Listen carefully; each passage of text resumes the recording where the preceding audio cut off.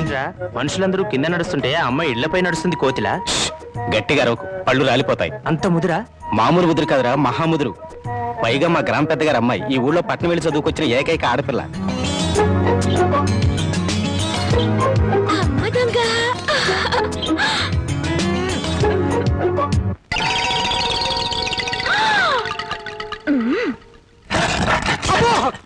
నా పెంకులు బాబాయ్!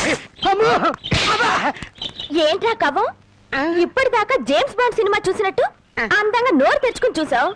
పెంకు దెబ్బ తగిలితే ఆ మాత్రం తట్టుకోలేవా? అదే నేను ఎక్కడ చూశాను? నేను అసలు పైకే చూడలేదమ్మా. నువ్వేం చూసావో నాకు తెలుసు.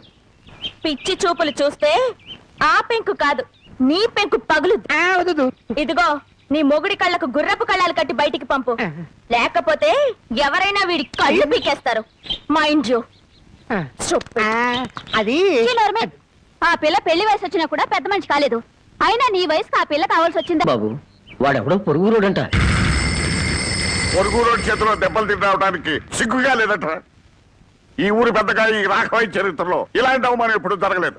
మళ్ళీ మీ ముఖాలను చూపించదు. పండవతలకి నాన్న, నువ్వు కన్నా ఈ కూతురుండగా మీకెలాంటి అవమానం జరగదు. ఆగవే, నలుగురు రౌడీలు కొట్టిపడేసి అతన్ని నువ్వేం చేయగలవే? పెద్ద మగరాయిలా బయలుదేరుతున్నావు. అమ్మా, నీకు చాలా సార్లు చెప్పాను, ఈ ఊరికి ఒకే ఒక పెద్ద నాన్న. ఆయనకి కొడుకునైనా కూతురునైనా నేనే. ఎక్కడా వాడు?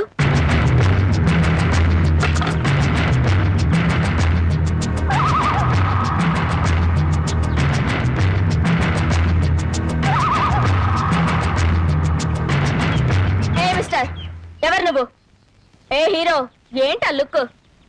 మా ఊరొచ్చి మా వాళ్ళని కొట్టి మా అనుమతి లేకుండా పాక వేస్తున్నావంటే ఎంత పొగర్రా నీకు? చెప్పు, సమాధానం చెప్పు. చెప్తావా లేదా?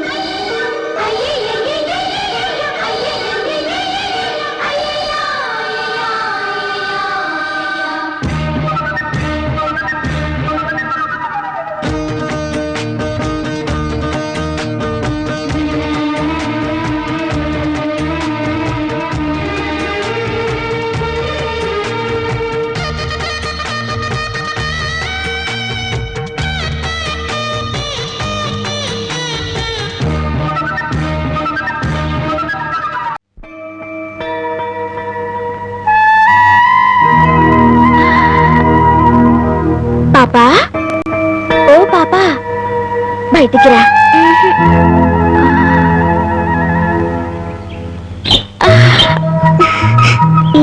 చిలక కావాలా?